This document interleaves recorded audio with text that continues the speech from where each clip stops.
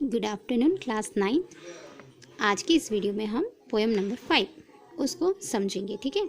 काव्य 5 એનું નામ છે તું તારા દિલનો દીવો।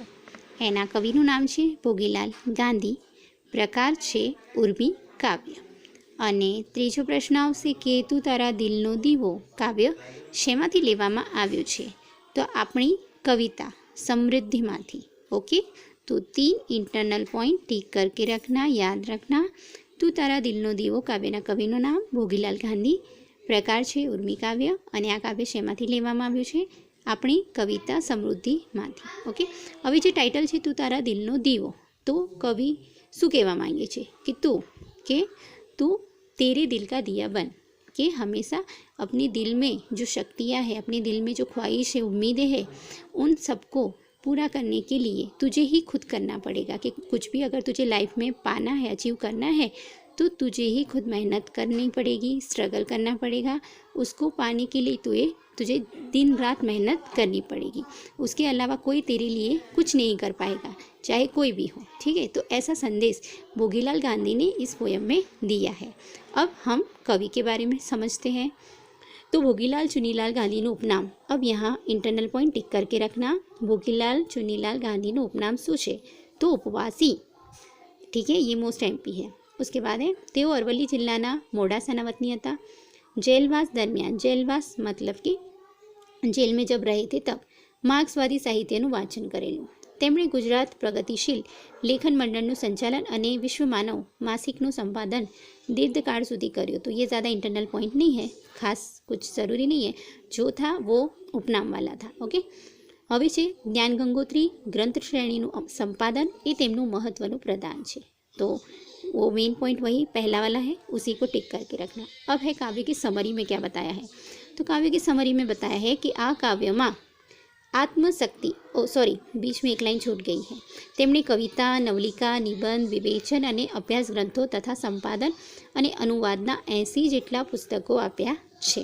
ઓકે, તો ભોગીલાલ ગાંધીના કુલ કેટલા પુસ્તકો છે? 80। અનુવાદના 80 જેટલા પુસ્તકો આપ્યા છે।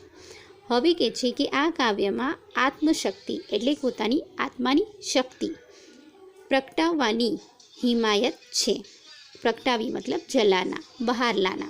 हिमायत એટલે વાત કરી છે। ओके, तो भोगीलाल गांधी ने क्या कहा है? सबको संदेश दिया है, सभी मानव को, सभी लोगों को संदेश दिया है कि सभी को अपने अंदर की जो शक्तियाँ हैं उसको बाहर लाना चाहिए। उसी बात को यहाँ पे बताया गया है।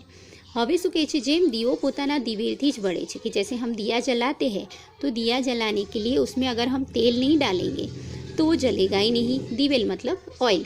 ठीक है, दिवेलથી જ બળે છે।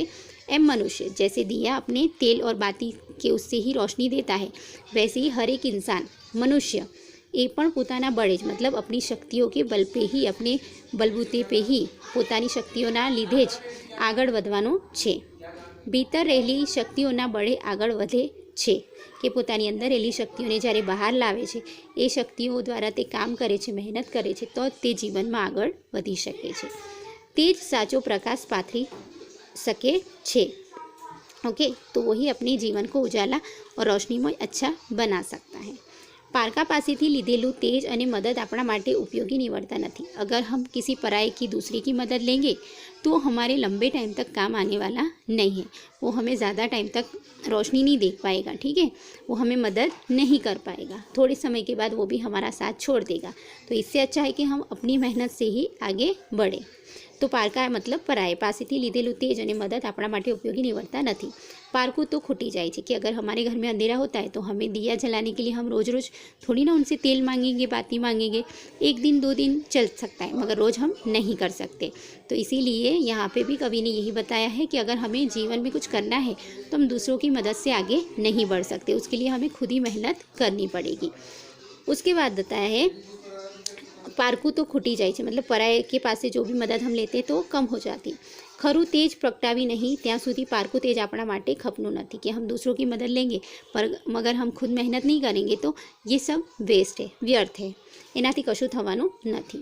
ત્યાં સુધી પારકું તેજ આપણા ખપનું નથી मतलब ज़रूरतનું નથી।